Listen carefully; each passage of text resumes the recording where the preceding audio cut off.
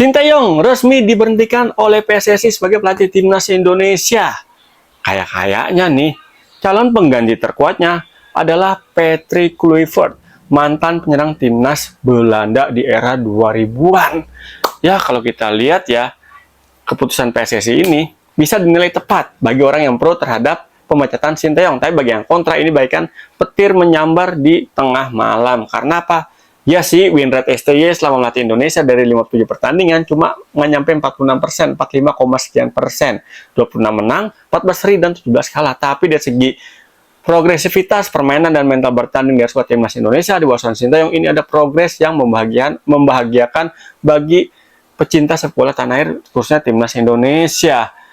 Para pemain pun, kalau kita lihat ya yang kelihatan mata, kelihatan sorot media, ini Sinteyong sangat dekat sama pemain, nggak kaku, dan sering bercanda, dan di lapangan pun serius Sinteyong, ya kan? Bahkan di pertandingan lawan Arab Saudi, di pertandingan terakhir, ini kabar beredar, Marcelino Ferdinand, sang pencetak gol pertama lawan Arab Saudi, dan kedua juga dia, ini sempat ditegur sama Sinteyong pas jeda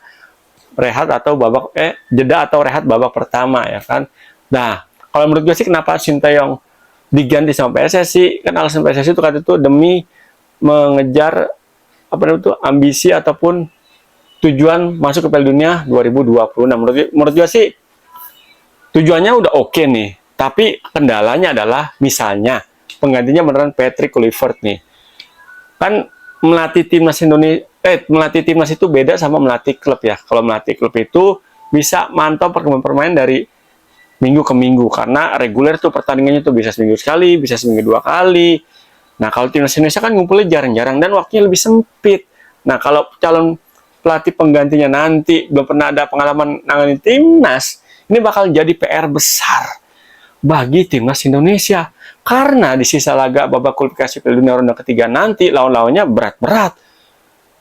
Ada Australia menjadi tuan rumah, di GBK lawan Bahrain sama China yang ngalahin kita di matchday pertama tuh, pertemuan pertama Cina menang 2-1. Terakhir ketemu Jepang yang udah mastiin diri 99,99% lolos ke Piala Dunia 2026. Nah, kalau ganti pelatih dan belum ada pengalaman melatih timnas, tapi kalau dibilang beneran Patrick Kluivert, kan Kluivert orang Belanda. Pemain kita banyak keturunan Belanda.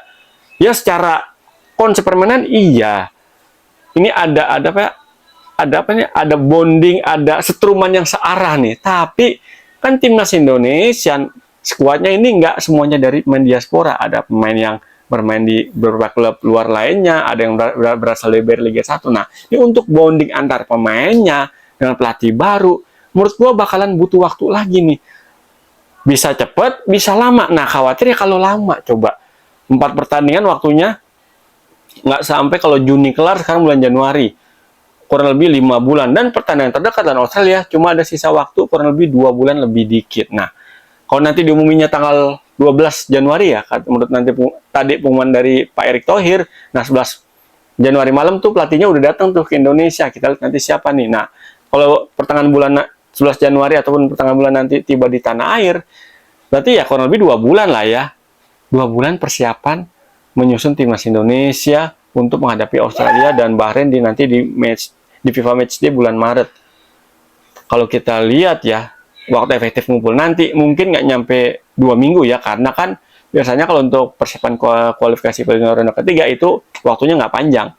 Bisa seminggu sebelumnya, bisa 10 hari sebelumnya, ya paling lama 2 minggu sebelumnya. Nah, ini kita lihat nih, dengan waktu kurang lebih 10-14 hari untuk melakukan bonding terhadap para pemain di timnas Indonesia dengan pelatih yang baru. Apakah bisa untuk meramu, melatih strategi untuk menghadapi tim yang sangat kuat banget loh menurut gua. Australia biarpun nggak maksimal penampilannya dengan pertandingan terakhir kemarin di bulan November, dan Australia kebanyakan ngeraih hasil seri, tapi Australia is Australia.